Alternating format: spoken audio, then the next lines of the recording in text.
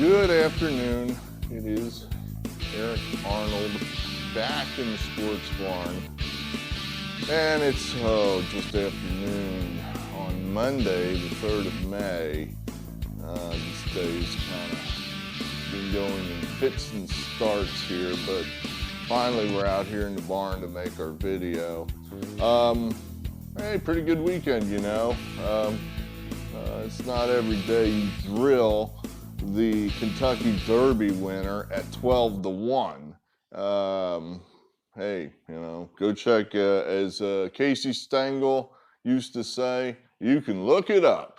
Go check that video out. We had Medina Spirit. You know, basically our business, or what we're trying to be our business, is prognosticating sporting events. So you're trying to basically look into a crystal ball and trying to predict the future, and usually you're wrong. But yeah, this is one of those times where pretty much how you thought it was going to go is exactly how it went. It was, you know, I told you that horse is tough, and I based that on his effort in the Robert B. Lewis Stakes, where, you know, he won a stretch duel with Hot Rod Charlie, just stared him down and outran his ass. You know, would not let Hot Rod Charlie pass. And basically, that's exactly what happened in the Derby. Baffert, you know, Bob Baffert, seven-time trainer, seven-time winner of the Kentucky Derby trainer, told anybody to listen, I don't think this horse is any good. And yeah, I mean, clearly not his most pedigreed horse, but definitely a horse with guts. And I credit the win to Johnny V, Johnny Velasquez, the jockey. He's the one that got that done. You know, he knew what needed to be done. He needed to have that horse on the front end. So, you know, gate opens, boom! You know, he went right for the lead and he got it. And once he got it, then he knew, you know, absent some super horse in the field, which there wasn't, he was going to hold the lead. And he did. So it was fantastic, you know, for me anyway. The horse reminds me of Affirmed. I mean, does anybody remember that? Affirmed, 1978, with Stevie Cawthon, C-A-U, Cawthon. Yeah, Stevie Cawthon was the jockey. He was 18 years old, if you can believe that. They used to do stuff like that back in the 70s.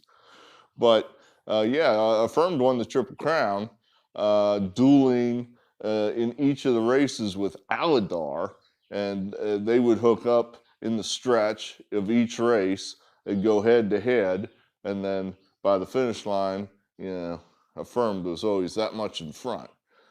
Affirmed was always that much in front. So be curious to see. I mean, I'm not going to pick the Preakness just yet. You know, clearly I have an affinity for Medina Spirit. That's my horse now, so, you know, it's going to be tough. I don't know. You know, I've done it in the past. I remember the Preakness in 2009 when Calvin Burrell, the great jockey, had won with the long shot, Mind That Bird, at 50-1. And then before the Preakness, he said, you know, I'm getting off this long shot and I'm getting on this great filly, Rachel Alexander. I'm getting on her because she's better.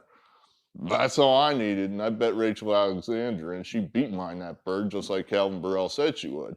So I may get off of Medina Spirit for the Preakness. I don't know yet. We'll see. But that's not what we're here to talk about. Let's talk some baseball. I don't really have a lot of picks here for you today. I think I got like 3, and they're not very good. So, you know. We're about 1/6 of the way through the season, I guess. So where are we at?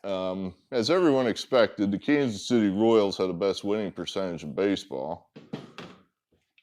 That's true. That's not bullshit. That's true. Again, as Casey Stengel said, you can look it up.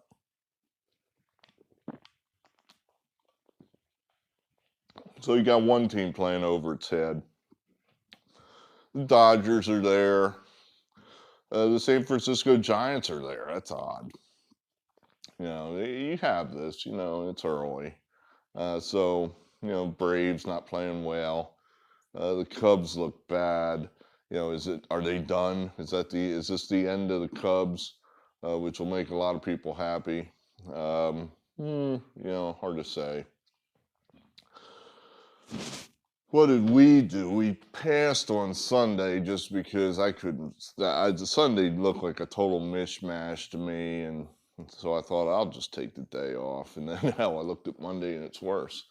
But at any rate, Saturday's picks, put them up. Yeah, not great, not great. We're looking for the 3-star games because we're doing well with the 3-star games. Unfortunately, we're coming up with one of those like every 3-4 days. Our friend Pittsburgh Louie, his picks are doing well. So, I'm almost making this video just to give him a platform so I can see his picks. But we had the White Sox, so we were 2-0 in that series. We gave back our win on the Orioles by blowing this game with the A's. The stinking Orioles, they played well all weekend. Unfortunately, we thought they'd just play well on Friday. The Astros, they did well for us. Phillies, Mets, that was a sloppy, exciting series. Sloppy series. You got two teams there that want to lose the game. The movable object versus the resistible force. Something's got to give. So, Dodgers, they lost Saturday and then killed the Brewers Sunday. And at any rate, like I said, our picks are kicking ass, the 3-star picks. The others suck, and I just haven't bothered to crunch the numbers yet in the big EO meter. I just haven't done it. Something I'm noticing is that when I was younger, I was so much more productive. I mean, I could crunch out some work. I could, generate some work. I really could. I was productive. I could get it done. Now I'm older. It's like, good Lord, it takes me forever to do anything. So I don't have a solution to that. You get younger, I guess. But at any rate, let's do the Monday picks here. They're just 3 1-star picks. I just don't have a real feel for today. I feel pretty good about, I can explain these picks though, so maybe that makes it better than these model picks where it's just like, you got to take this pick. I'm like, what the hell for? But Brewers, Phillies, the Phillies are a mess. That's a bad team. It's just a bad team. It's a bad mix. They have one giant superstar who does not play like a superstar. You got a pretty good catcher. You got 2 pretty good starting pitchers, and the rest of the team just isn't very good. So it's, over the weekend, you saw some of their foibles, and now it looks like the superstar's hurt. Harper got hit in the face. He was on a roll. Got hit in the face, missed 3 straight games. 3 one-run games, of which if he played in any of them, they probably would have won the game. But he didn't. Then he played Sunday, wasn't very good. Apparently he's got some kind of wrist injury. And he wasn't, he just wasn't that effective Sunday night. It looks to me like he's off the track now. He might not even play tonight because his wrist hurts. So, you got that. The catcher, JT Realmuto, he's got some kind of hand-wrist injury. He was 0 for 4 last night. So the Phillies' big guns now suddenly are hurt. I don't think the Phillies are going to score a hell of a lot of runs tonight, even off Adrian Hauser. And the Brewers did not use their big guns in the pen yesterday. They got down right away, 11-0. Boom! And that was like, well, this game's over. So Counsell made sure he just pitched his jabronis out of the pen. He's got a full deck, tonight as far as the bullpen goes, and he's got some seed throwers out there, Ending and Josh Hader, who's, damn near unhittable. The hell is that? It's the beauty of doing it in a barn. Not always alone. Something over there. And let's not bother looking for it. Maybe it's something we don't want to see. But at any rate, so I think the Brewers just have an advantage all up and down this game. Hauser over Velasquez as far as the starter goes. Brewers bullpen over the Phillies bullpen. The Brewers get a bunch of injuries too. So it's going to be a kind of a toss-up as far as the offense goes. The Brewers probably catch the ball better than the Phillies. Phillies lost the game last night because Rhys Hoskins can't catch. He gave a run away there because he couldn't field the ground ball. Then he loafed after it and didn't get the ball into the infield in a timely fashion. The guy scored from third base on him. It was embarrassing. So, I just think the Brewers here, and the Brewers play pretty well in Philadelphia. So, all that, we like the Brewers, and we're getting paid to take them, plus 108. So, how could you not like the Brewers here? The next game, I like this at a lot bigger price, frankly, but the model really loves this game. I marked it down to a one-star game just because it's the Mets. It's like the Mets, really? You got a winning franchise like the Cardinals versus a losing franchise like the Mets. And I'm taking the Mets. But, the argument for the Mets is, all right, now they've had two exciting wins over a rival. And the Phillies and Mets are rivals. There was a lot of heat in that series, a lot of chirping, a lot of fuck you, go fuck yourself, going back and forth between the two teams. And the Mets won the last two games there in pretty exciting fashion. So I would think these guys are feeling good about themselves. With the help of Donnie Stevenson, they might have finally found their bats. If you don't know who Donnie Stevenson is, he's a fictional dude. The guy doesn't exist, which I think is even funnier, is that the Mets have decided to break their hitting slump by inventing a fictional hitting coach. And so they all credit Donnie Stevenson anytime they're given an interview or something. The guy doesn't exist, which I think is really damn funny. Pete Alonso was being interviewed last night after the game, and he's talking about with the assistant of Diesel Donnie.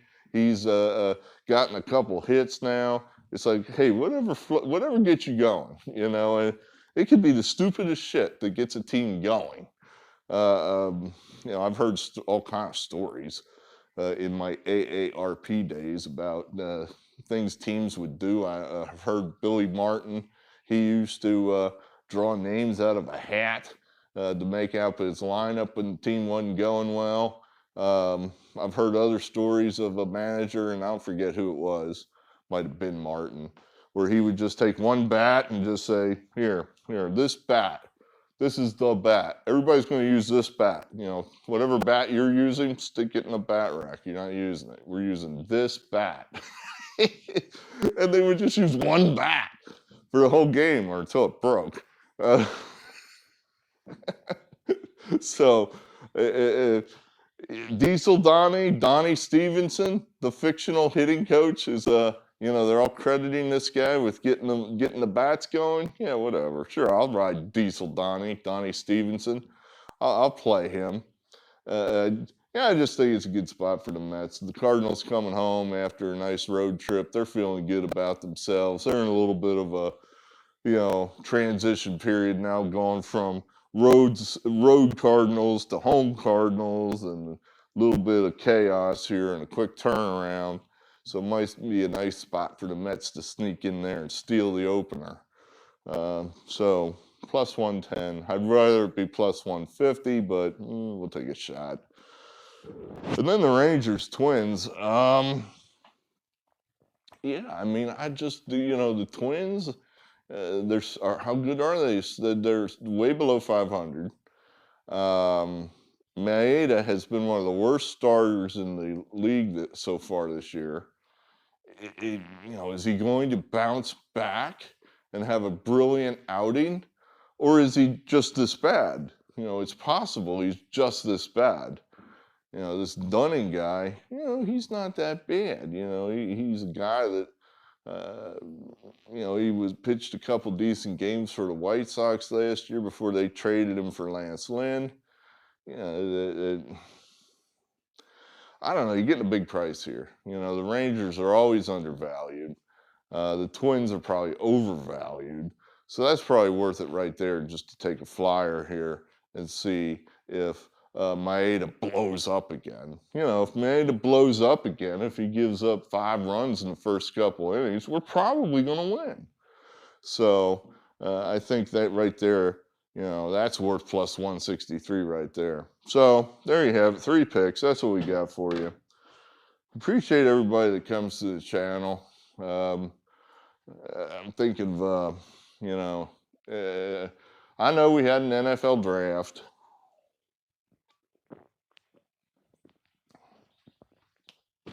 And, I'm just not a big NFL draft, Nick.